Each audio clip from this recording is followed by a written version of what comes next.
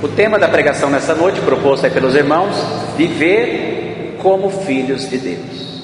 Então a gente vai brevemente exortar um pouquinho, né, em cima dessa passagem bíblica, né, como nós vivemos como filhos de Deus no tempo de hoje. Então 1 João capítulo 3, versículo 1, diz assim, irmãos: considerai com que amor nos amou o Pai, para que sejamos chamados filhos de Deus. E nós o somos de fato. Por isso, o mundo não nos conhece, porque não o conheceu. Caríssimos, desde agora somos filhos de Deus, mas não se manifestou ainda o que haveremos de ser. Sabemos que quando isso se manifestar, seremos semelhantes a Deus, porquanto o veremos como Ele é. E todo aquele que nele tem esta esperança torna-se puro, como Ele é puro. Todo aquele que peca transgride a lei, porque o pecado é transgressão da lei. Sabeis que Jesus apareceu para tirar os pecados e que nele não há pecado. Todo aquele que permanece nele não peca, e todo o que peca não viu, nem o conheceu. Filhinhos, ninguém vos seduza. Aquele que pratica a justiça é justo, como também Jesus é justo. Aquele que peca é do demônio, porque o demônio peca desde o princípio. Eis porque o Filho de Deus se manifestou para destruir as obras do demônio. Todo o que é nascido de Deus não peca, porque o germe divino reside nele, e não pode pecar, porque nasceu de Deus. É nisto que se conhece quais são os filhos de Deus e quais são os do demônio. Todo o que não pratica a justiça não é de Deus, como também aquele que não ama o seu irmão. Palavra do Senhor. Então, como base nessa carta de São João. São João evangelista, né? Não é o João Batista, são dois, né? O João evangelista, discípulo de Jesus, o mais jovenzinho entre eles, foi o único que não teve uma morte violenta, não foi martirizado, ele teve morte natural, lá beirando os 100 anos de idade, mais ou menos a idade que a gente quer morrer, né? Lá para os 100 anos tá bom, não é verdade? Então João evangelista viveu muito tempo, então ele escreveu o Evangelho de São João, escreveu 3 cartas e depois finalizou a sua obra nos deixando o livro do Apocalipse. Então um homem que viveu muito próximo de Jesus e com toda a sabedoria da sua idade nos deixou essas preciosidades. E aí então, como viver como filhos de Deus? Primeiramente é preciso interpretar a sociedade daquela época, que não é muito diferente da nossa. Mas na época de João, logo depois que Jesus passou por todo o sacrifício da cruz, que ressuscitou, que subiu aos céus, que mandou o seu Espírito Santo, nesta época, lá no início dos anos cristãos, né, da igreja primitiva, a sociedade vivia sob o jugo dos romanos. Não podemos nos esquecer disso. Os romanos dominavam a terra santa de Israel nesse período. E os romanos dominavam com mão forte, porque eles tinham o poder bélico. Então eles oprimiam o povo através do seu poderio militar. Quem ousava contra o Império Romano morria, não tinha muito o que fazer. Então os romanos criaram todo um sistema de opressão para o povo de Deus. O povo que vivia naquela época era um povo primeiramente escravo, não era um povo livre, era um povo que fazia aquilo que os romanos mandavam fazer. Então era um povo escravo, era um povo que pagava altos impostos, igualzinho no tempo de hoje. Naquela época já se pagava altos impostos para os romanos. Os romanos impunham uma religião para aqueles cristãos primitivos, para o povo judeu. Todos eram obrigados a ter o imperador como o seu Deus. Todos cultuavam e adoravam ao imperador romano. Assim é que aquelas pessoas poderiam subsistir e sobreviver. Então é nesse contexto de uma ideologia que valorizava o imperador romano, que valorizava o poderio romano, que valorizava muitas vezes os sacerdotes dos templos romanos. Era nesse contexto que São João então escreve essa carta para nós. As pessoas daquela época eram violentadas, se passavam como pessoas violentas, se invertia o sentido das coisas. Infelizmente a gente está vendo hoje na nossa sociedade pessoas que lutam pelo bem, muitas vezes são taxadas de pessoas violentas, de pessoas fanáticas, de pessoas que não querem a democracia, que não querem o bem comum, igualzinho na época de São João. Então é esse contexto que João começa então a escrever para os cristãos, porque essa carta é dirigida para nós cristãos, os primeiros cristãos, os cristãos que estavam ali nascendo, pós ressurreição de Jesus. E aquele povo era um povo meio que sem esperança. Hoje no mundo nós temos vários países ditatoriais, cujos as pessoas não têm muita esperança de uma liberdade. Olha, por exemplo, para o caso de Cuba. Quem tem mais de 64 anos aqui? Só para eu saber. 4 pessoas, 4 pessoas têm mais que 64 anos. Há 64 anos os cubanos estão buscando a sua liberdade. Já estão na terceira geração de pessoas que não têm liberdade. Esse era o contexto da época de São João. E é por isso, queridos irmãos, que ele diz assim, que no versículo 3, pega comigo de novamente o versículo 3. Todo aquele que nele tem esta esperança, torna-se puro, como ele é puro. Quem que ele está falando aqui? De Jesus. Todos aqueles que têm a sua esperança em Jesus vão se purificando. Isso serve para a nossa realidade de hoje também. Então João, ele não pregava um derrotismo, ele não pregava uma sociedade que não tem jeito. Olha, vocês vão morrer desse jeito mesmo. Não, João levava uma palavra de esperança. E a nossa esperança tem um nome, e o nome da nossa esperança é Jesus. Fala para o teu irmão, a tua esperança é Jesus.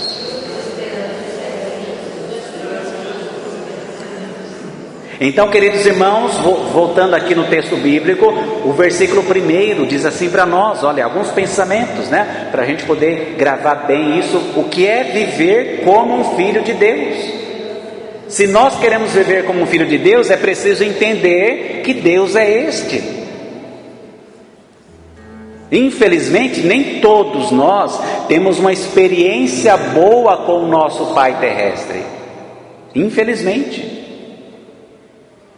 Mas, quando se fala de Deus, é preciso ter esta experiência boa de Deus. E olha o que fala para nós o versículo 1: considerai com que amor nos amou o Pai. Deus, com que amor nos amou o nosso Deus, para que sejamos chamados de seus filhos. Qual foi o amor de Deus para conosco? Deus nos amou, nos dando o seu próprio Filho Jesus Cristo para morrer pelos nossos pecados. Quem aqui é pai, quem é mãe, talvez, se o seu filho tivesse que passar pela cruz, talvez você concedesse isso no seu coração, concebesse, melhor dizendo. Mas Deus não pensou duas vezes. Deus disse para Jesus: olha, meu filho, você é a única salvação da raça humana. Se você não morrer por eles, por causa do pecado que eles têm, eles não terão salvação. Então este é o amor de Deus para conosco, nos dando o seu Filho Jesus para morrer pelos nossos pecados.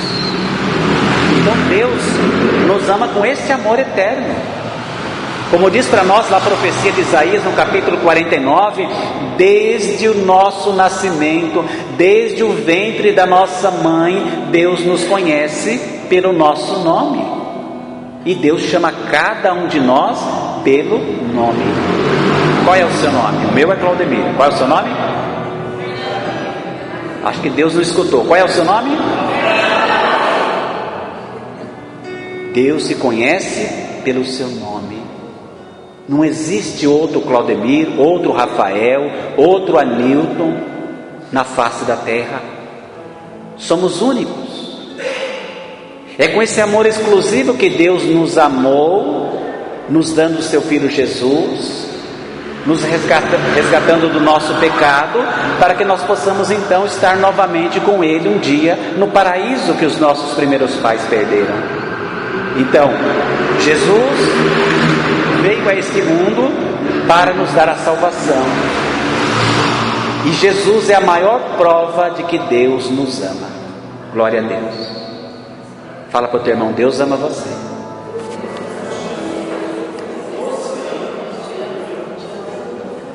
E aí nós tiramos alguns pensamentos importantes dessa palavra para nós.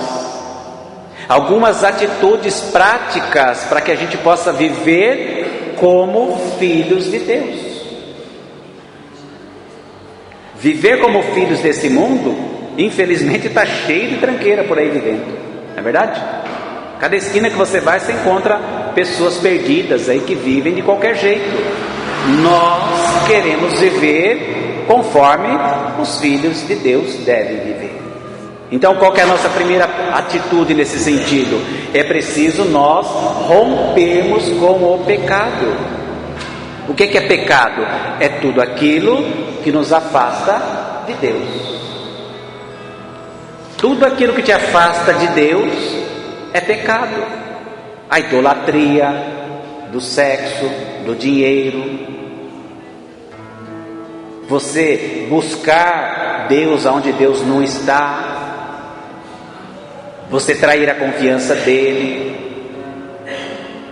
Você fazer coisas que vão te afastando de Deus. Você comete pecado. E infelizmente no mundo que nós vivemos hoje, tudo ficou relativizado. Tem pessoas que falam assim: nossa, mas eu vou confessar com o padre, mas eu não matei, não roubei. Será que não matou? Será que não roubou? Esse dia eu dizia para os irmãos, né, uma formação que estava dando, né, nós não matamos as pessoas somente com uma arma branca, ou com um revólver, com uma espingarda. Matamos as pessoas com a nossa língua. Quantas vezes você fala para o marido que ele não presta, ou fala para a mulher que ela não presta? Você mata as pessoas com a sua língua, com a sua maneira de falar, diminuindo o irmão, a irmã. É preciso abrir o leque da nossa vida para o pecado. Quando você mata alguém com uma palavra, você está cometendo um pecado. Quantas e quantas vezes você rouba o sossego do seu vizinho, da sua vizinha? Ou o contrário também acontece muitas vezes. O não roubar também nesses atos. Então é preciso romper com o pecado. A palavra de Deus vai nos dizer assim: olha, Jesus Cristo se fez um de nós em todas as coisas, menos no pecado. Então Jesus fazia as coisas que um ser humano faz, comia, bebia, estava lá na festa de casamento, se divertia, brincava, chorava, ficava bravo de vez em quando. mas Jesus não pecou. Então nós precisamos romper com o pecado. É isso que São João está querendo dizer para nós. Olha o versículo 4, pega comigo rapidamente. Todo aquele que peca transgride a lei, porque o pecado é transgressão da lei. Todo aquele que peca está transgredindo a lei. E a lei que São João está dizendo aqui para nós não é a lei da Constituição que nós devemos muitas vezes obedecer. Não é a lei do tempo de Jesus, onde que os judeus colocaram mais de 500 emendas ali na sagrada lei de Deus. Não é disso que João estava falando. João dizia a respeito dos mandamentos. Por isso, para ser filho de Deus é preciso romper com o pecado, em primeiro lugar. Em segundo lugar, observar a lei de Deus, os mandamentos de Deus. Qual que é o primeiro mandamento da lei de Deus? Segundo? Oi? Depois Jesus vai ensinar um pouco sobre isso, né? Mas o segundo mandamento, não dizer o nome de Deus em vão. É esse o segundo mandamento? Qual que é o terceiro mandamento? Guardar o domingo. O que é guardar o domingo? Fazer churrasco, ir nas festinhas. Pode também, tá? Desde que, em primeiro lugar, preste culto a Deus. Não podemos trocar as coisas do mundo e deixar Deus de lado. Não podemos. É isso que a lei está dizendo. Olha, guarda o domingo, guarda as festas de preceito, observe isso na tua vida para que você esteja comigo. Não podemos dizer que somos católicos, presta atenção. Não, você não pode dizer que é católico se você não vai à missa de final de semana. Sabia disso? Ah, mas eu vou no grupo de oração na quinta-feira. Glória a Deus. Mas se você não vai na missa de final de semana, você está pecando. E é pecado grave. E precisa confessar se você falta na missa por preguiça. Sabia disso? Esse é mandamento de Deus, está na lei. Quem mais que o mandamento fala? Honrar quem? Pai e mãe. Como que a juventude tem que escutar isso hoje em dia, né? Como que nós também precisamos escutar. Eu não tenho nem pai nem mãe mais. Perdi meu pai quando tinha 6 anos e perdi a minha mãe faz 8 anos. Mas graças a Deus pude, principalmente a minha mãe, que convivi com ela há muito tempo, honrá-la, respeitá-la, obedecê-la. São João está dizendo que é preciso guardar os mandamentos. O que mais? Não matar, já falamos. Não roubar, já falamos. Não pecar contra a nossa castidade, contra a nossa vida sexual. O sexo dentro do casamento é uma bênção de Deus. Fora do casamento não agrada a Deus. Adultério, fornicação, traição, tudo isso é pecado. Para viver como filho de Deus é preciso observar os mandamentos. Não levantar falso testemunho, ou seja, nós não podemos mentir, nós não podemos dizer aquilo que não foi, que o seu sim seja sim, que o seu não seja não. O que passa disso, vai dizer a palavra, vem do diabo, vem do demônio. Não tem meio termo, ou é verdade ou é mentira, ou é sim ou é não. Se você quiser acrescentar alguma coisa a mais, como o padre dizia na missa aqui, vira um super apóstolo de Jesus, e isso não agrada a Deus. Então não podemos levantar falso testemunho, não podemos querer o marido da próxima e nem a mulher do próximo. Deus te deu a tampa certa para a sua panela, amém? Amém, igreja? Deus deu uma tampa para cada panela. Então não pode pular cerca, nem muro, nada disso. É isso que a lei está falando. Não podemos cobiçar as coisas dos outros. A inveja mata. Sabia disso? Fala para o teu irmão, a inveja mata. Então, para ser filho de Deus é preciso romper com o pecado. O que mais? Observar os mandamentos. Os mandamentos. Terceira atitude de um filho de Deus, para nós vivermos como filhos de Deus, é preciso permanecer em Jesus. Versículo 6. Pega aí comigo o versículo 6. Todo aquele que permanece nele não peca, e todo o que peca não o viu nem o conheceu. Então todo aquele que permanece em Jesus não peca. Porque se você está pertinho de Jesus, pedindo forças para Jesus, ouvindo a palavra de Jesus, comungando do corpo e do sangue de Jesus, você vai se afastando do mal. O mal vai se afastando de você. Onde que existe luz não tem trevas, e o contrário é a mesma coisa. Então é preciso permanecer em Jesus, ou seja, é preciso ficar com Jesus, é preciso estar com Jesus. Se nós tivermos uma vida sacramental perto de Jesus, confessando, comungando, estando na casa dele, estando junto com os irmãos, nós só vamos produzir frutos bons, cultivar frutos bons, e naturalmente as trevas vão cedendo espaço e a nossa vida vai sendo transformada, queridos irmãos. Lá no capítulo 15 do Evangelho de São João, Jesus vai ensinar muito sobre esse verbo permanecer, e ele fala: permaneçam em mim. Aquele que permanece em mim dá muitos frutos. Quais os frutos que nós damos para a sociedade?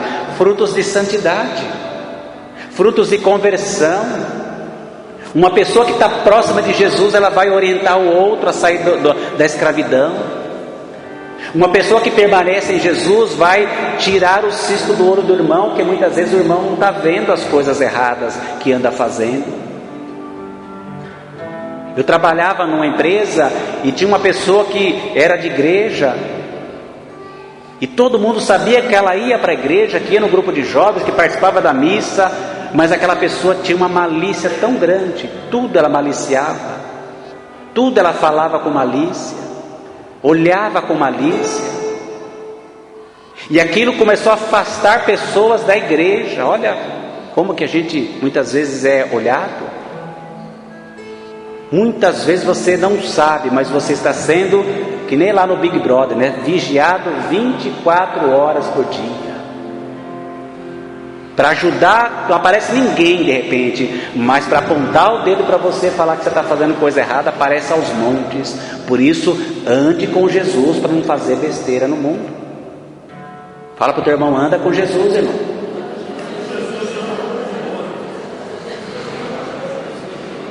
Para viver como filhos de Deus é preciso andar com Jesus, permanecer com Jesus, ficar com Ele. É como aqueles apóstolos, os discípulos da Emaús, né?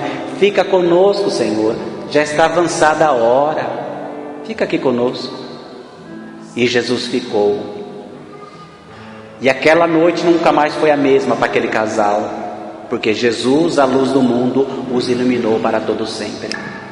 Quando nós estamos com Jesus, nós estamos sendo iluminados. Glória a Deus.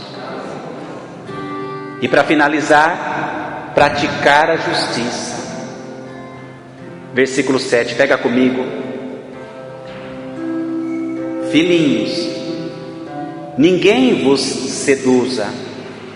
Aquele que pratica a justiça é justo, como também Jesus é justo.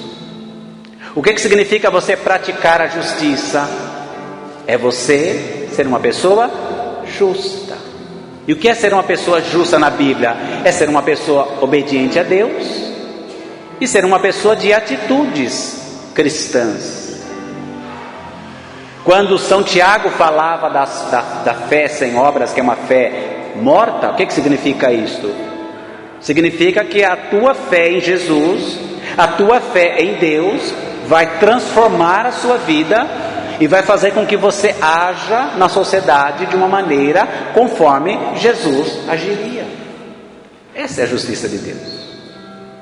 Então, se nós acreditamos em Jesus e muitas vezes estamos vendo ali o irmão passar fome e você tapa os seus olhos para isso, você não está sendo justo. A tua fé é morta nesse sentido. Ah, mas tem um monte de gente aí que aproveita da nossa fé. É verdade. Mas dá uma canseira no irmão de vez em quando para você ver se não vale a pena. Várias vezes lá na Ponte São João, você sabe que lá impera muitas vezes a maldade nas ruas. Várias vezes peguei o irmão ali na praça, levei ele lá no... Era Rússia, agora é Vencedor. Tá com fome? Então tá bom, vamos comer. Compra o lanche, dá na mão do irmão e faz ele comer o lanche. Existem várias e várias maneiras de nós praticarmos a nossa justiça perante aqueles que precisam. Quando você vê algo que é injusto na sociedade, você precisa tomar uma posição, descer do muro, tomar posição. Uma certa vez eu estava num ônibus circular e o motorista foi mal educado com a senhora, quase pôs a senhorinha para fora do ônibus, porque ela demorou para entrar no ônibus. Uma pessoa de idade, tem locomoção reduzida e tudo mais. E a senhorinha sentou ali na frente e ele não parava de falar. Em um dado momento, não sei de onde que arrumei forças, com certeza foi do Espírito Santo de Deus que me moveu ali, e fui lá tomar as dores da mulher. E falei para ele o que ele precisava ouvir naquele momento. Abaixou a orelha, disse para mim que estava errado, que não ia mais fazer aquilo. Praticamos a justiça usando das coisas que Deus nos dá e nos ensina. É isso que São João está dizendo. Para você viver como filho de Deus, é preciso, novamente, romper com o pecado. Que mais? Observar os mandamentos. Que mais? Permanecer em Jesus, estar com Jesus e praticar a justiça. Traduzir em obras a sua fé. Se você ver um irmão ali pecando, cometendo algo errado e você se omite, você não está sendo justo com Deus. Tem maneiras e maneiras de você falar, de corrigir alguém, mas é preciso levar isso adiante, queridos. Se nós conseguirmos colocar essas condições na nossa vida, com certeza nós vamos viver como filhos de Deus.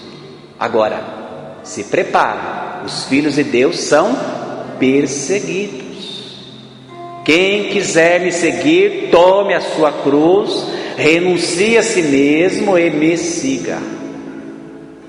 Seguir Jesus não é fácil.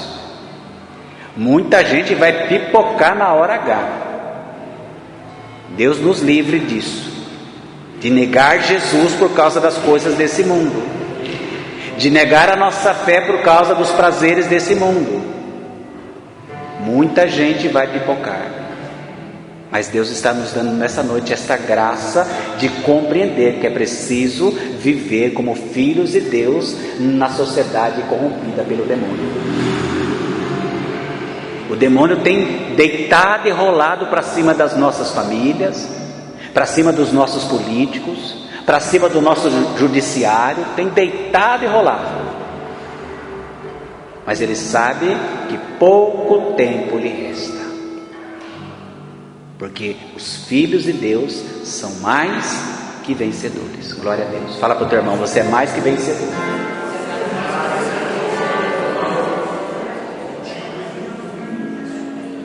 Então é preciso ter essa postura de saber que muitas vezes vamos para o paredão, vamos para a cruz de Cristo, mas sementes serão derramadas no mundo e outras pessoas colherão essas sementes boas. Glória a Deus. Que eu e você possa então deixar esta palavra cair no nosso coração. Para finalizando de vez mesmo, né? Romanos 8,14 vai dizer assim: olha, aqueles que são conduzidos pelo Espírito de Deus são chamados filhos de Deus. Quem que são chamados filhos de Deus? Aqueles que são conduzidos pelo Espírito de Deus. Nós não somos conduzidos pelo espírito da carne, pela vontade humana. O que nos leva para frente é o Espírito Santo derramado nos nossos corações. Por isso eu convido você a ficar de pé e vamos novamente pedir que esta graça, que esse fogo do Espírito venha mesmo nos ajudar, venha preencher o nosso coração, queridos irmãos e irmãs, para que verdadeiramente possamos ser, nesta sociedade que nós vivemos, filhos de Deus. Levante seus braços e vai dizendo: enche-me, Espírito Santo. Vai fazendo a sua oração: enche-me, Espírito Santo. Me ajuda a tirar do meu coração o pecado, as trevas, a maldade, a soberba, o orgulho, a arrogância. Tira do meu coração, ó Deus, tudo aquilo que me afasta da tua presença, as fraquezas desse mundo, os sentimentos desse mundo. Infunde em mim, ó Deus, esta graça do Teu Espírito. Eu preciso, Senhor, eu quero nesta noite ser batizado no Teu Espírito Santo. Enche-me, Espírito Santo.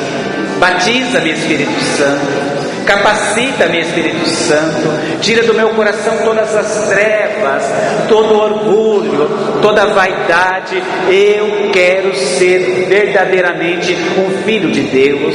Por isso dissipa do meu coração toda maldade, toda malícia, toda preocupação, todo medo, toda angústia, toda dor. Que eu sinta nesta noite, Espírito Santo, a Tua presença. Vem reinar em mim, vem me preencher, vem me batizar. Enche-me, Espírito Santo. Batiza-me, Espírito Santo.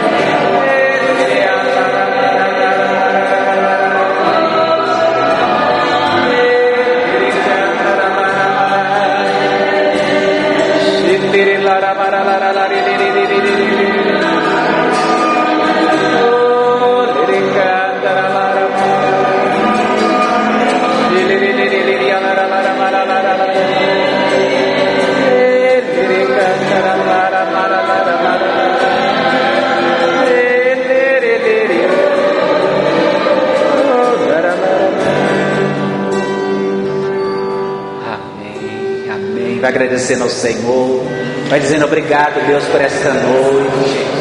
Bendito seja, Senhor, porque eu sou teu filho, e como filho amado eu te agradeço e te bendigo por toda a graça, por toda a vitória, por toda a libertação, por toda a alegria. O Senhor é um Deus presente na minha vida, Senhor. Bendito seja, adorado seja hoje e sempre. Muito obrigado, Senhor. Glórias ao teu nome. Bendito seja, exaltado seja, Senhor, hoje e sempre. Muito obrigado, Jesus. Muito obrigado, Deus Pai. Obrigado, Espírito Santo. Muito obrigado.